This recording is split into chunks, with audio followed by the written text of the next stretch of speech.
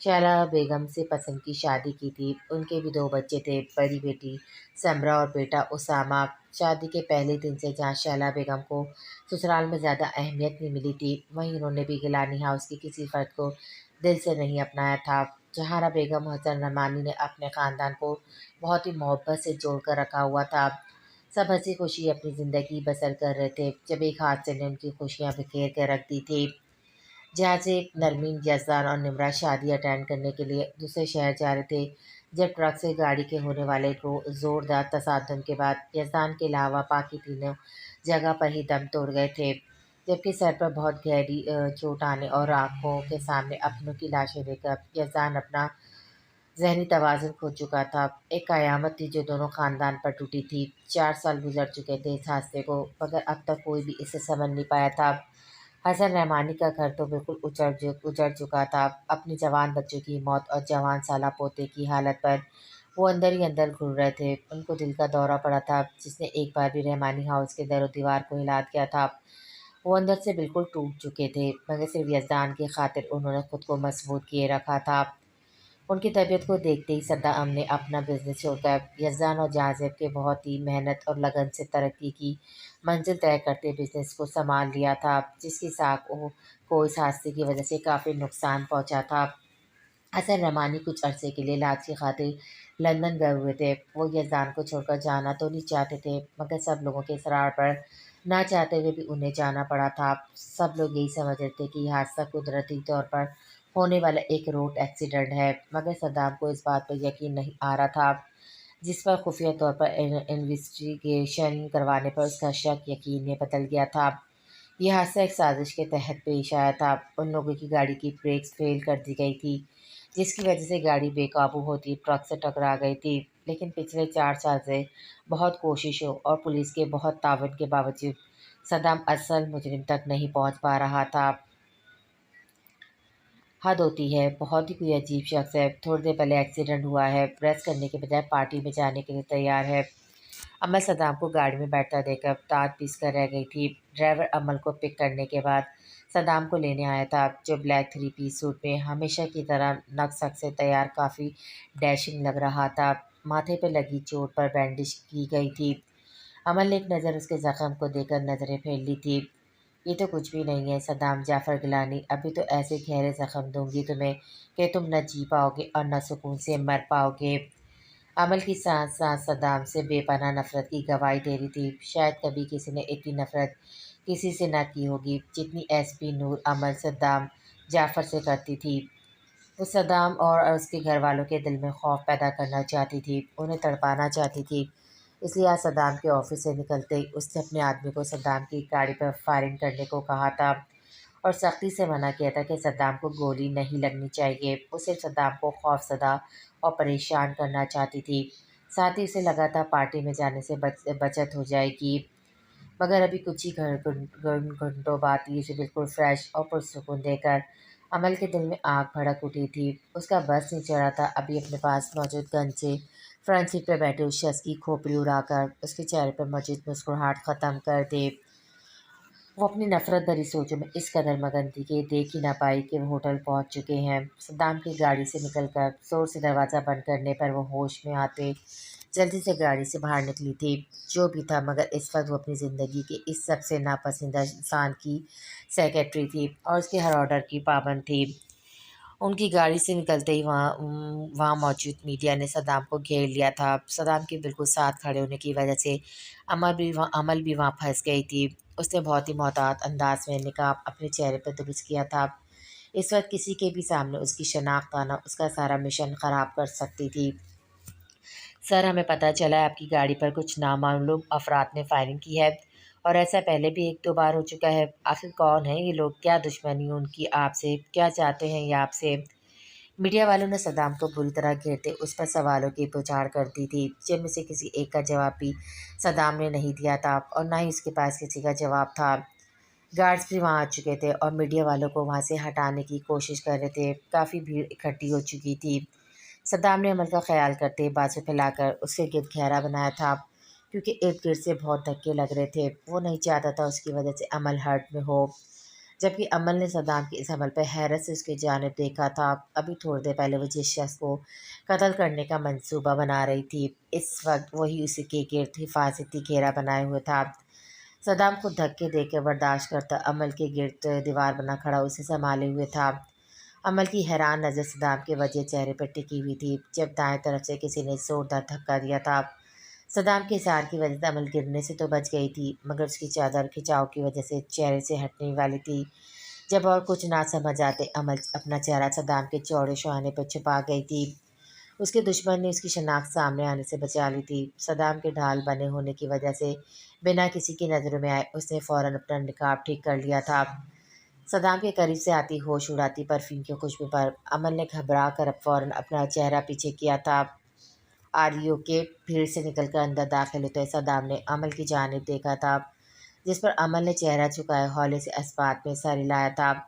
عمل کی کیفیت کچھ عجیب سی ہو رہی تھی۔ صدام نے باہر جس طرح عمل کو اپنے گھیرے میں لے کر سنبھالا تھا، یہ چیز اگر میڈیا کی نظر میں آ جاتی تو صدام کا ایک الگ ہی اسکینڈل بن جانا تھا، مگر اس نے اس بات کی پرواہ کیے بغیر عمل کو محفوظ رکھا تھا۔ صدام کی اتنی سی اچھائی بھی عمل کے لیے ہضم کرنا کافی مشکل ہو رہا تھا۔ نہیں، یہ شخص صرف دوسروں کی عزتیں چھیننا جانتا ہے، حفاظت کرنا نہیں۔ عمل اپنے ذہن میں آتی سوچوں کو فوراً رد کرتی صدام کی جانب بڑھ گئی تھی، جو اسے کسی لڑکی کے پاس کھڑا نظر آیا تھا۔ واو، واٹ اے پلیزنٹ سرپرائز! مجھے نہیں معلوم تھا تم بھی یہاں آؤ گے۔ فاریہ صدام کے سامنے آتے اس کا راستہ روکتے ہوئے بولی، ہٹو آگے سے۔ صدام سرد لہجے میں سے گھورتے ہوئے بولا، اتنی بھی کیا جلدی ہے دیور جی، اور یہ ہوا کیا ہے، یہ چوٹ کیسے لگی؟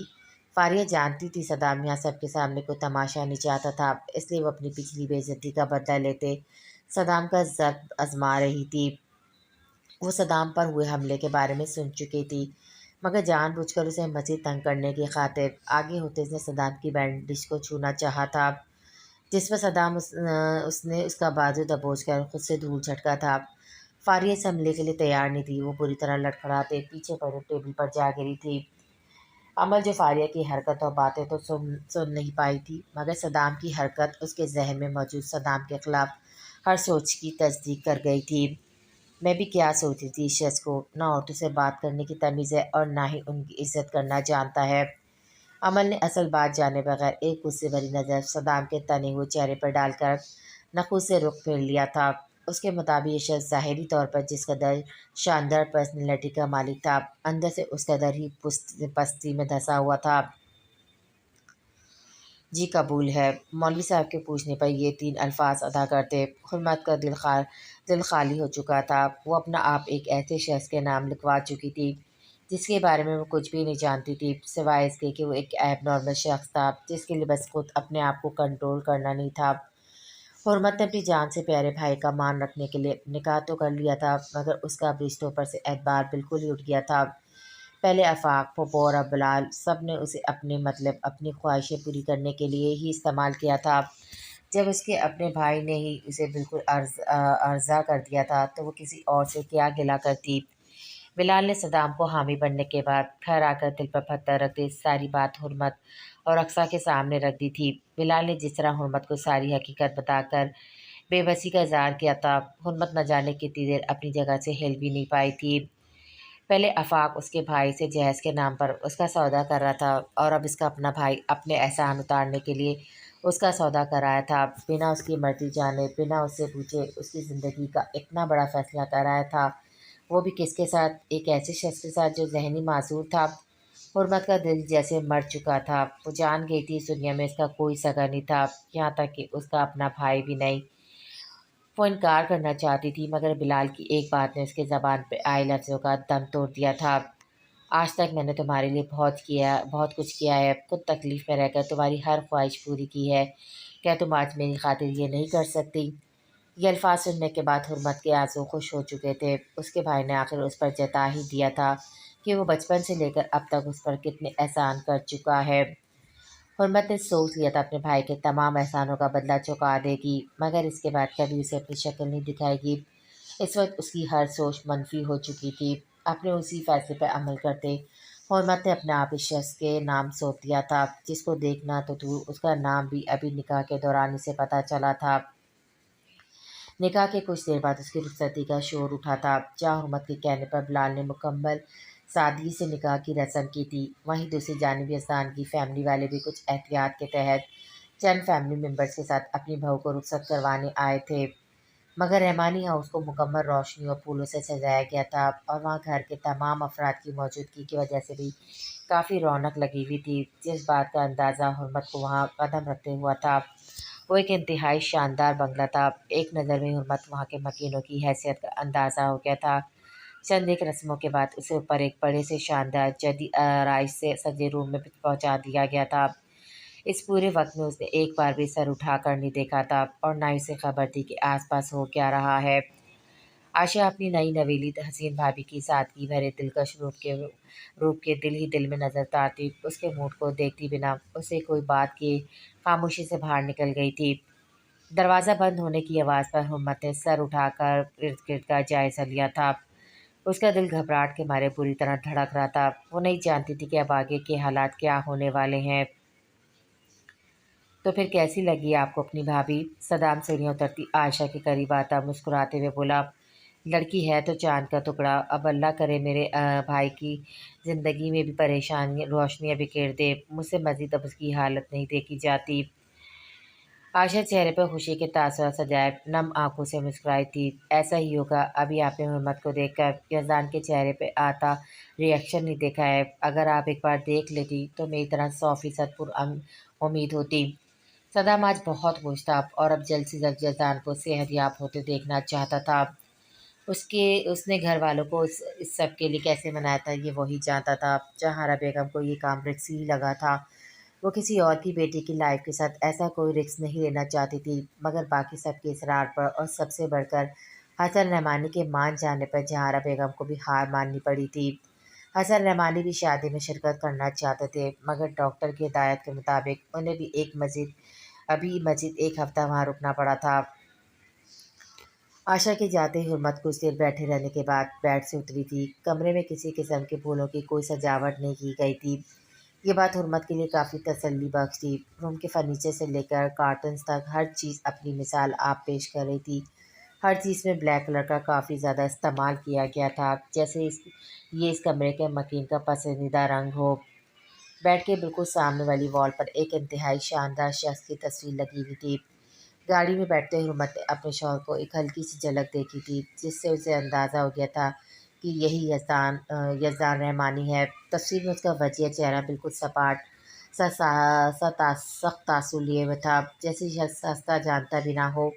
اس کی مغرور آنکھیں مقابل کو ایک وار سے ہی بے بس کرنے کی طاقت رکھتی تھی۔ حرمت نے گھبرا کر فوراً چہرہ موڑ لیا تھا، جیسے وہ تصویر میں نہیں حقیقت میں اس کے سامنے ہو۔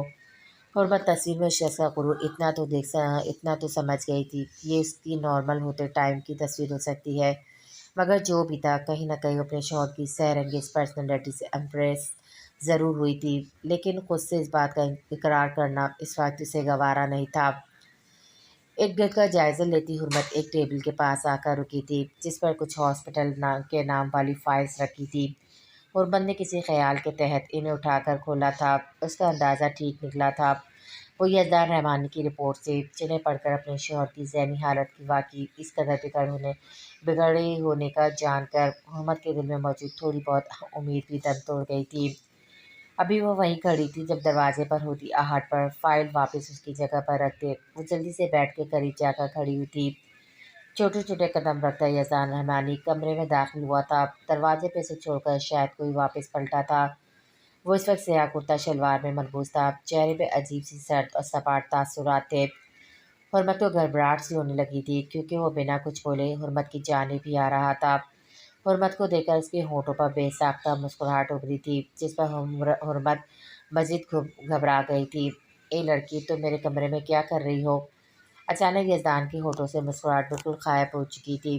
اجنبی نظروں سے حرمت کو دیکھتے اس نے جو سوال کیا تھا، حرمت کو پہلے تو کچھ سمجھ ہی نہیں آیا، مگر پھر سامنے کھڑی شخص کی آنکھوں میں موجود سوال دیکھ کر حرمت کا اس وقت دل چاہا زمین پھٹے اور اس میں سما جائے۔ اس کا شوہر اسے پہچاننے سے انکاری تھا۔ وہ اس سچویشن کے لیے بالکل بھی تیار نہیں تھی۔ حرمت سے بے عزتی کے مارے کچھ بولا ہی نہیں گیا تھا۔ اس کی آواز اسے حلق میں ہی اٹک کر رہ گئی تھی۔ یزدان کی عجیب سی نظریں اب اس کے ہونٹوں پر تھی۔ اس سے پہلے کہ حرمت کو سمجھتی اس نے ہاتھ بڑھا کر حرمت کے ہونٹوں پر انگوٹھا پھیرتے ہوئے ان پر سجی لال لپسٹک رگڑتی تھی اور وہی انگلی حرمت کے سامنے کرتے عجیب سے انداز میں کہکمہ لگاتے ہوئے مخاطب ہوا تھا، یہ کیا لگا رکھا ہے؟ حرمت ابھی اس کی پہلی والی بات پر نہ سنبھلی تھی جب اس کی اگلی حرکت پر اس کی جان ہوا میں ہوئی تھی۔ یہ سب اتنا اچانک ہوا تھا کہ حرمت کو سمجھنے کا موقع بھی نہیں مل پایا تھا۔ ہر ایک کا دو مقابلہ کرنے والی حرمت کی زبان اس وقت بالکل گنگ ہو چکی تھی۔ اس کی آنکھوں میں نمی آن ٹھہری تھی، جسے دیکھتے ہی یزدان کے ہونٹوں سے مسکراہٹ غائب ہوئی تھی۔ حرمت کی جانب سرد نظروں سے دیکھتے وہ اس کی جانب جھکا تھا۔ حرمت خوف کے مارے فوراً پیچھے پڑے ٹیبل سے جا لگی تھی، لیکن اس وقت وہ یہ بھول گئی تھی کہ اس کا شوہر نارمل نہیں ہے۔ وہ اسے نہیں بلکہ اس کے پیچھے ٹیبل پر پڑے اپنے ٹیڈی بیئر کو اٹھانے کے لیے آگے جھکا تھا۔ حرمت اپنی جگہ پر شرم سے پانی پانی ہوتی ساکت کھڑی رہ گئی تھی۔ یزدان نے دوبارہ حرمت کی جانب نہیں دیکھا تھا۔ وہ ٹیڈی بیئر اٹھا کر واپس صوفے پر جا بیٹھا تھا، جبکہ حرمت کا چہرہ اس قدر بے عزتی پر بالکل لال ہو چکا تھا۔ وہ خاموشی سے بھیگتی آنکھوں کے ساتھ بیڈ پر آ بیٹھی تھی۔ اتنی بے قدری پر اس کی آنکھوں سے آنسو گرتے گود میں رکھے ہاتھوں کو بھگو رہے تھے۔ اسے محسوس ہو رہا تھا کہ جیسے اب ساری زندگی کے لیے یہ آنسو اس کے مقدر میں لکھ دیے گئے ہیں۔ اس کے قریب ایسا کوئی نہیں تھا جسے وہ اپنا غم بانٹتی۔ حرمت نے گردن موڑ کر بے بسی سے صوفے پہ بیٹھے شخص کو دیکھا تھا جو ہر چیز سے بیگانہ ہاتھ میں پکڑے ٹیڈی بیئر سے کھیل رہا تھا۔ حرمت کے آنسوں میں مزید شدت آئی تھی۔ وہ کبھی سوچ بھی نہیں سکتی تھی کہ وہ اپنے بھائی بھابھی پر اس قدر بوجھ بن جائے گی کہ وہ اسے اٹھا کر کسی پاگل کے گلے باندھ دیں گے جسے اپنا بھی ہوش نہیں تھا۔ اسے سامنے نظر آتے اپنی دلہن کے روپ میں طراز سجے روپ کو دیکھا تھا اور کرب سے آنکھیں مون لی تھی۔ جب تھوڑی دیر بعد اسے خود پر کسی کی گہری نظروں کی تپش محسوس ہوئی تھی۔ حرمت نے پٹ سے آنکھیں کھولتے صوفے پر بیٹھے اپنے شوہر کی جانب دیکھا تھا، مگر وہ ہونس ٹیڈی بیئر سے باتوں میں مصروف تھا۔ مجھے کیوں ایسا فیل ہوا ہے؟ حرمت تھوڑی دیر حیران ہوئی تھی، مگر پھر سے اپنا وہم سمجھتی واپس بیک گراؤنڈ سے سر ٹکاتی آنکھیں موند گئی تھی۔ ابھی سے چند سیکنڈ ہی گزرے تھے جب دوبارہ گہری نظروں کے تپش زدہ لمس نے اسے چونکنے پر مجبور کر دیا تھا۔ اس نے گھبرا کر آنکھیں کھولتے پورے کمرے میں ایک نظر دوڑائی تھی، مگر اس پورے کمرے میں ان دونوں کے علاوہ کوئی موجود نہیں تھا۔ حرمت نے اب کی بار مشکوک نظریں اپنے پاگل شوہر پر ڈالی تھی۔ کیا یہ واقعی پاگل ہے؟ حرمت نے غور سے اس کی جانب دیکھا تھا۔ وہ پہلی نظر میں سے کہیں سے بھی پاگل نہیں لگا تھا، مگر اس کی رپورٹس اور ابھی کچھ دیر اس کے ساتھ رہ کر وہ مکمل طور پر اس بات پر یقین کر چکی تھی۔ لگتا ہے اس پاگل شخص سے نکاح کر کے میرا دماغ بھی اپنی جگہ سے ہل چکا ہے۔ بھلا یہ شخص مجھے ایسے کیسے گھور سکتا ہے جسے اپنے ٹیڈی بیئر سے فرصت ہی نہیں، اور اپنی آنکھوں سے اس کی رپورٹس دیکھ کر تو شک کی گنجائش باقی ہی نہیں رہتی۔ حرمت مایوسی سے بڑبڑاتی بیڈ سے اٹھ گئی تھی۔ اپنے سوٹ کیس سے سادہ سا ڈریس نکال کر حرمت واش روم کی جانب بڑھ گئی تھی۔ وہ جلد سے جلد اس روپ سے چھٹکارا حاصل کرنا چاہتی تھی۔ ہٹو یہاں سے، یہ میرا بیڈ ہے، یہاں میرے علاوہ کوئی نہیں سو سکتا، دور رہو اس سے۔ حرمت چینج کر کے جیسے ہی بیڈ پر لیٹنے لگی، صوفے پہ بیٹھا یزدان اٹھ کر اس کے پاس آتا قدر سخت لہجے میں بولتا اسے بیڈ سے دور ہٹا گیا تھا۔ حرمت نے اس کی حرکت پہ گھور کر اسے دیکھا تھا۔ یہ شخص اسے پاگل ہونے کی بجائے انتہا کا بدتمیز لگا تھا جو اسے مسلسل زج کیے جا رہا تھا۔ حرمت تو ویسے بھی بیڈ پر اس کے ساتھ نہیں سونا چاہتی تھی، اس پاگل شخص نے اس کے لیے اتنی آسانی پیدا کر دی تھی۔ حرمت خاموشی سے تکیلے صوفے کی جانب پڑ گئی تھی۔ وہ اس وقت کریم کلر کے کھلے ٹراؤزر اور شرٹ میں ملبوس سادگی میں بے قدر ڈھا رہی تھی، یہ جانتے ہوئے بھی کہ اس شخص کو اس میں اور اس کے حسین روپ میں کوئی انٹرسٹ نہیں ہے۔ وہ پھر بھی احتیاط کے تحت دوپٹے کو اپنے گرد اچھے سے لپیٹے خود کو ڈھانپے ہوئے تھی۔ آج کا دن اس کے لیے بہت مشکل تھا۔ وہ ذہنی طور پر بہت زیادہ تھک چکی تھی، اس لیے صوفے پہ جا کر خاموشی سے لیٹ گئی تھی، بنا یہ دیکھے کہ اس وقت وہ کسی کی بے چینی گہری نظروں کے اثار میں تھی۔ ہارن کی آواز پہ گارڈ نے بھاگ کر آتے مین گیٹ کھولا تھا۔ امل گاڑی پورچ میں کھڑی کرتے گارڈ کے دروازہ کھولنے پر فوراً نیچے اتری تھی۔ اس وقت وہ فل یونیفارم میں ملبوس تھی، سیاہ بینسی سے سجی شرٹ پر سیاہ یونیفارم کی کیپ کے نیچے اسکارف کی مدد سے حجاب کیے اسکن پینٹ میں وہ چارمنگ پرسنالٹی کی مالک تھکا زدہ چہرے کے ساتھ دلکشی کی حدود کو چھو رہی تھی۔ بڑی بڑی سی آنکھیں جنہیں صدام جعفر کے سامنے وہ کاجل سے ڈھانپے رکھتی تھی، مگر اس وقت صدام گلابی ڈوروں سے مزین یہ حسین نین کٹورے دیکھ لیتا تو اس کا ان میں ڈوبنا لازم تھا۔ بابا سو گئے کیا؟ امن نے ڈرائنگ روم میں داخل ہوتے ملازمہ سے پوچھا تھا۔ جی بی بی جی، آپ کے کہے کے مطابق ان کو دوائیں دے کر سلا دیا تھا۔ آپ کے لیے کھانا لگا دوں؟ رضوانہ مؤدب انداز میں سر جھکائے بولی، نہیں بھوک نہیں ہے مجھے، تم جاؤ سو جاؤ اب۔ امن نرمی سے جانے کا کہتی اشفاق صاحب کے کمرے کی جانب بڑھ گئے۔ امن بظاہر جتنی سنگ دل اور سخت بنتی تھی، اندر سے اس کے بالکل برعکس بہت نرم دل کی مالک تھی۔ خود سے جڑے ہر فرد کا خیال تھا اسے، چاہے وہ گھر میں کام کرتے اس کے ملازم ہی کیوں نہ ہو۔ اشفاق صاحب کو ایک نظر دے کر وہ اپنے روم کی جانب بڑھ گئی تھی۔ چینج کر کے بیڈ پر لیٹتے اس نے معمول کے مطابق سائڈ ڈرا سے ایک تصویر نکال کر نم آنکھوں سے اس میں موجود ہستیوں کی جانب دیکھا تھا۔ ان ہنستے مسکراتے چہرے کو دیکھ کر امل آنکھوں میں امڑتا آنسو کا سمندر نہیں روک پائی تھی۔ میں نہیں چھوڑوں گی اس شخص کو جس نے ہمارا ہنستا بستا گھر اجاڑ کر رکھ دیا تھا۔ روز اسے سامنے دیکھ کر میں کیسے خود پر ضبط کرتی ہوں یہ میں ہی جانتی ہوں۔ دل چاہتا ہے اس کا گریبان پکڑ کر پوچھوں، اسے آخر کیا بگاڑا ہے میرے بے گناہ بہن بھائی نے، اس کا جو انہیں اتنا بے دردی سے مار ڈالا۔ تمہیں تمہارے ہر ظلم کا بدلہ چکانا ہوگا صدام جعفر۔ دل پھٹتا ہے میرا جب تمہیں ہنستے مسکراتے اپنے خاندان کے ساتھ پرسکون بیٹھا دیکھتی ہوں۔ جیسے تم نے مجھ سے میرے اپنوں کو چھین کر میرے دل کا سکون اور ہونٹوں کی ہنسی چھینی ہے، ویسے ہی میں تم سے بھی سب کچھ چھین کر بالکل برباد کر دوں گی۔ مجھے اپنے آفس میں جاب دے کر تم نے اپنی زندگی کی سب سے بڑی غلطی کی ہے۔ تمہارے دل کی دنیا اس قدر بری طرح اجاڑ دوں گی کہ تمہارے اپنے بھی تمہیں سنبھال نہیں پائیں گے۔ ہمایوں سویرا کے خون کے ایک ایک قطرے کا حساب دینا ہوگا تمہیں۔ صدام جعفر، چھوڑوں گی نہیں میں تمہیں۔ امل نے تصویر جو ان تینوں بہن بھائیوں کی ایک ساتھ بنائی گئی آخری تصویر تھی پر ہونٹ رکھتے آپ واپس دراز میں رکھ دیا تھا۔ وہ روز سونے سے پہلے اسے دیکھ کر دل میں موجود صدام جعفر سے انتقام لینے کے جذبے کو نئے سرے سے تازہ کرتی تھی۔ تصویر رکھ کر وہ جیسی سیدھی ہوئی، موبائل پر آتے میسج کی رنگ ٹون نے اس کی توجہ اپنی جانب مبذول کی تھی۔ نوٹیفیکیشن اوپن کرتے ہی جو تصویریں عمل کے سامنے آئی تھی انہیں دیکھ کر عمل کی آنکھوں میں نفرت جبکہ چہرے پر ایک پرسرار مسکراہٹ پھیل گئی تھی۔ میڈیا کی بھیڑ میں گھرے صدام کے شانے سے لگی اس کی سیکرٹری کی تصویر کافی قریب سے لی گئی تھی۔ بظاہر دیکھنے سے ایسا لگ رہا تھا کہ صدام نے بازو عمل کے گرد لپٹے اسے اپنے ساتھ لگایا ہوا ہے، جبکہ یہ بات صرف عمل ہی جانتی تھی کہ صدام نے اس کے گرد صرف حفاظتی حصار ہی قائم کیا تھا، اسے ٹچ نہیں کیا تھا۔ مگر عمل کے مطابق اچھی بات یہی تھی کہ اصل بات اور صدام کی صاف نیت کے بارے میں اس کے علاوہ کوئی نہیں جانتا تھا۔ یہ تصویر دیکھا کر کسی کو بھی سوچ کر رخ موڑا جا سکتا تھا اور اب یہی عمل کرنے والی تھی۔ تو میں اپنی چال میں ایسا الجھاؤں گی صدام جعفر کہ تم چاہنے کے باوجود اس میں سے نکل نہیں پاؤ گے۔ عمل صدام کی تصویر سے مخاطب ہوتے ہوئے زہر خند لہجے میں بولی اور کال لاگ سے مطلبہ نمبر ملاتی فون کان سے لگا گئی تھی۔ ایک تصویر سینڈ کر رہی ہوں میں تمہیں، کل کے اخبار میں میرے بھیجے گئے کیپشن کے ساتھ چھپوا دینا اسے۔ عمل حکم صادر کرتی کال کٹ گئی تھی۔ وہ جانتی تھی نقاب میں ہونے اور صدام کے شانے سے لگے ہونے کی وجہ سے اس کو پہچاننا تو ناممکن تھا، مگر صدام جعفر کی اس خبر کے بعد اچھی خاصی بدنامی ہونے والی تھی جس کا عمل کو شدت سے انتظار تھا۔ کل وہ صدام جعفر کی اڑی رنگت دیکھنا چاہتی تھی۔ بہت شوق ہے نا اسے سب کے سامنے اچھا بننے کا، اب دیکھتی ہوں کیسے یقین دلاتا ہے سب کو۔ پورا روم اندھیرے میں ڈوبا ہوا تھا جس میں بڑے سے ٹیبل کے ساتھ رکھی ریولنگ چیئر پر بیٹھا شخص اضطراب کی کیفیت میں جھولتا نہ جانے کتنے سگریٹ پھونک چکا تھا۔ وہ خود کو اس وقت بے بسی کی انتہا پر محسوس کر رہا تھا۔ پورے کمرے میں سگریٹ کا دھواں اور اسمیل پھیلی ہوئی تھی۔ کسی نارمل انسان کے لیے اس حفظدہ ماحول میں سانس لینا بہت مشکل تھا، مگر وہ فولادی جسامت کا مالک شخص بہت ہی پرسکون انداز میں آنکھیں موندے سیٹ کی بیک سے سر ٹکائے ہوئے تھا جب اچانک موبائل کی اسکرین آنے والی کال کی وجہ سے روشن ہوئی تھی۔ موبائل کی وائبریشن سے کمرے کی جامد خاموشی میں انتراش پیدا ہوا تھا۔